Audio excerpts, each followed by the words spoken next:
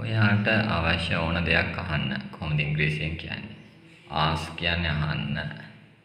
right. ඕනෑ දෙයක් කියද්දි කියන්න පුළුවන් whatever.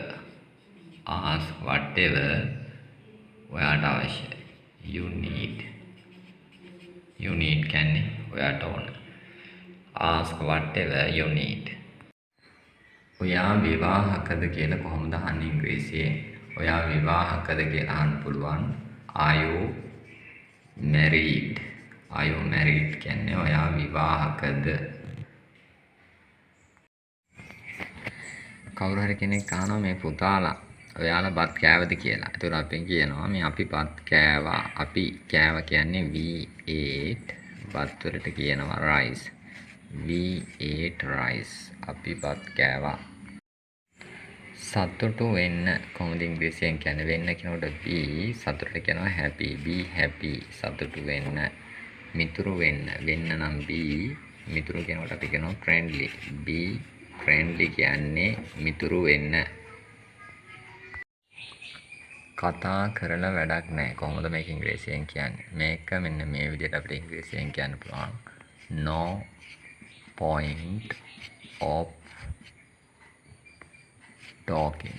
no point of talking කියන්නේ කතා කරලා වැඩක් නැහැ. no point of talking. මම මොකුත් දන්නේ නැහැ. කොහොමද ඉංග්‍රීසියෙන් කියන්නේ මේක? මම දන්නවා කියන්නේ අපි දන්නවනේ I know. I know කියන්නේ මම දන්නවා. මොකුත් දන්නේ නැහැ කියන නිසා I know nothing. I know nothing කියන්නේ මම මොකුත් දන්නේ නැහැ. එය සාධාරණ නැහැ. කොහොමද අපි මේක ඉංග්‍රීසියෙන් කියන්නේ? ඒක ඉංග්‍රීසියෙන් කියන්න පුළුවන් මෙහෙම. That is not fair. That is not fair කියලා කියන්නේ ඒක සාධාරණ නැහැ. That is not fair.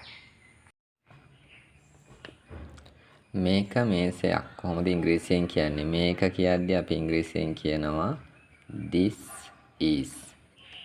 මේසයක් කියද්දී ඉංග්‍රීසියෙන් කියනවා a table.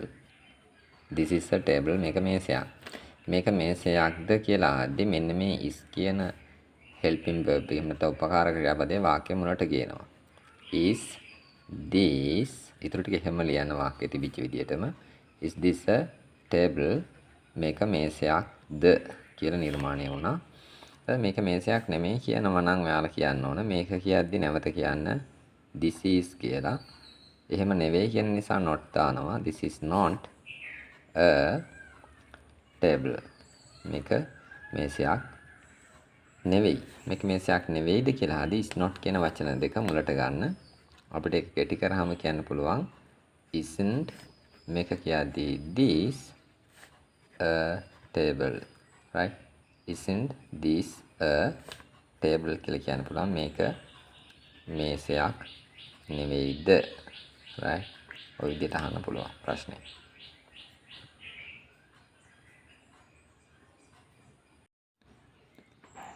මම පිරිසිදු කරනවා කාමරය. කොහොමද ඉංග්‍රීසියෙන් කියන්නේ? ක්‍රියාව කරන කෙනා වෙන්නේ මම. පිරිසිදු කරනවා කියද්දී කියනවා clean.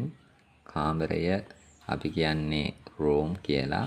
හැබැයි room කාමරය කියන එක නාම පදයක් නිසා ඊට කලින් අපි the දානවා. right? I clean the room. මම කාමරය පිරිසිදු කරනවා. අම්මා බනිමින් ඉන්නවා. කොහොමද ඉංග්‍රීසියෙන් කියන්නේ? අම්මට කියනවා mother. right? ඉන්නවා කියද්දී දාන්න is කියන වචනය. බයිනෝඩ් ඉංග්‍රීසියෙන් කියන්නේ අපි scold. මේකකට ing දාන්න ඕන යාලා. scolding. right? mother is scolding කියන්නේ අම්මා බනිමින් ඉන්නවා. ඔයා එහෙම කියනවා නම් මම එන්නම්. මම එන්නම් කියන්නේ කොහොමද? මම එනවට කියන්නේ I come. මම එන්නම් කියනවා නම් I will come. right? ඔයා you කියනවා say. එහෙම so. you say so කියන්නේ ඔයා එහෙම කියනවා. එහෙම කියනවා නම් කියලා කියනවා නම් if එක මුලට දාන්න. if you say so ඔයා එහෙම කියනවා නම් I will come. මම එන්නම්. ඇය ඔයා ගැන හිතනවා. කොහොමද ඉංග්‍රීසියෙන් කියන්නේ? ඇය she හිතනවා කියද්දි think කියන වචනේ ගන්න. කතරු එක වචන නිසා ක්‍රියාපදේ එක වචන කරන්නේ s දානවා. she thinks. ඔයා කියනකොට ඉංග්‍රීසියෙන් you කියන්නේ ඔයා ගැන කියලා කියන නිසා ගැන කියද්දි පාවිච්චි කරන්න ඔයාලා about කියන වචනේ. about you කියන ඔයා ගැන. she thinks about you. දැම්ම එනවද කියලා අහන්නේ කොහොමද ඉංග්‍රීසියෙන්? right මේ වෙලාව එනවද කියන අහන නිසා are you coming කියන වචනයෙන් පටන් ගන්න ඕන. are you coming මේ දැම්ම එනවද කියන අහන නිසා දානවා right now කියන වචනේ. right are you coming right now? are you coming right now? රැස්වීමක් තිබුණා. අයිතිකාරයෙක් නැතුව යමක් තිබ්බා කියලා කියන්නේ කොහොමද? රැස්වීමක් අල්කයන්ක් තියෙනවා අ දාන්න. රැස්වීමට ඉංග්‍රීසියෙන් කියනවා meeting. රැස්වීමක් නම් a meeting. එතකොට අතීත කාලයේදී අයිතිකාරයෙක් නැතුව යමක් තිබ්බා කියලා කියන්න පාවිච්චි කරනවා there was a meeting. ඔවුන් අද ප්‍රමාදයි. කොහොමද ඉංග්‍රීසියෙන් කියන්නේ? ප්‍රමාදයි කියන්නේ ඉංග්‍රීසියෙන් late කියන්නේ ප්‍රමාදයි. right එතකොට අද කියනකොට අපිට ගන්න පුළුවන් today කියන වචනේ එකකට දාන්න. right ඔවුන් ක්‍රියාව කරන අය ඉන්නේ මුල they. right නමුත් ප්‍රධාන ක්‍රියාපදයක් නැහැ. උපකාරක ක්‍රියාපදයේ විදිහට ගන්න මෙතන they late today කියන්න බෑ. ඒක නිසා helping verb එක විදිහට පාවිච්චි කරනවා are. they are late today. මට පැහැදිලි කරන්න ඉඩ දෙන්න. හරි. පැහැදිලි කරනකොට ඉංග්‍රීසියෙන් කියන්නේ explain කියලා. explain කියන්නේ පැහැදිලි කරනකොට යමක් පැහැදිලි කරනකොට ඉංග්‍රීසියෙන් කියන්නේ explain. right මට කියද්දී පාවිච්චි කරනවා me කියන වචනේ. right ඉඩ දෙන්න කියන අදහස ගන්න පුළුවන් let වලින්. let me explain. මට පැහැදිලි කරන්න ඉඩ දෙන්න. මම බත් කමින් ඉන්නේ. කොහොමද ඉංග්‍රීසියෙන් කියන්නේ මම I මේ ඉන්නේ කියන වචන දෙවෙනුවට ගන්න am. මම ඉන්නේ coming. කනවට ඉංග්‍රීසියෙන් කියන්නේ අපි eat කියලා. හැබැයි mean කියලා තියෙනවා. ඒක නිසා අකට ing දාන්න ඕන. I am eating. බත් වලට කියනවා rice. I am eating rice. කොහේ ඉඳලද ඔයාලා ආවේ? මේක කොහොමද අපි ඉංග්‍රීසියෙන් අහන්නේ? you come කියන්නේ ඔයා එනවා. ඔයා ආවද කියලා කෙනෙක් අහනවා නම් අහනවා did එක මුලට දාලා did you come? ඔයා ආවාද කියලා ප්‍රශ්නයක් වෙනවා. හැබැයි මේ කියන්නේ කොහේ ඉඳලද ඔයාලා ආවේ කියලා. කොහේ ඉඳලද සාමාන්‍යයෙන් ස්ථානයක් ගැන පාවිච්චි කරනකොට පාවිච්චි කරන්නේ where කියන වචනය. කොහේ ඉඳලද කියද්දි ගන්න ඕන from where. from where did you come? කොහේ ඉඳලද ඔයාලා ආවේ? මම සංවිධානය කළා විනෝද ගමනක්. කොහොමද ඉංග්‍රීසියෙන් කියන්නේ? මම I සංවිධානය කරනවා ක්‍රියාපදයේ ඔන්න දෙවනුව ගත්තා organize කියන වචනය. organize සංවිධානය කරනවා. මේකට d එකක් දාන්න ඕන past tense කරන්න අතීත කාලයට හරවන්න. විනෝද ගමනට අපි කියනවා trip කියලා. විනෝද ගමනක් අල්කයන්ක් තියෙන නිසා a trip කියලා එනවා. I organized a trip. ඒ කවුද ඉංග්‍රීසියෙන් කොහොමද අහන්නේ? who is that? who is that? ඒ කවුද? මම දන්නේ නැහැ. I don't know. I don't know. මම දන්නේ නැහැ.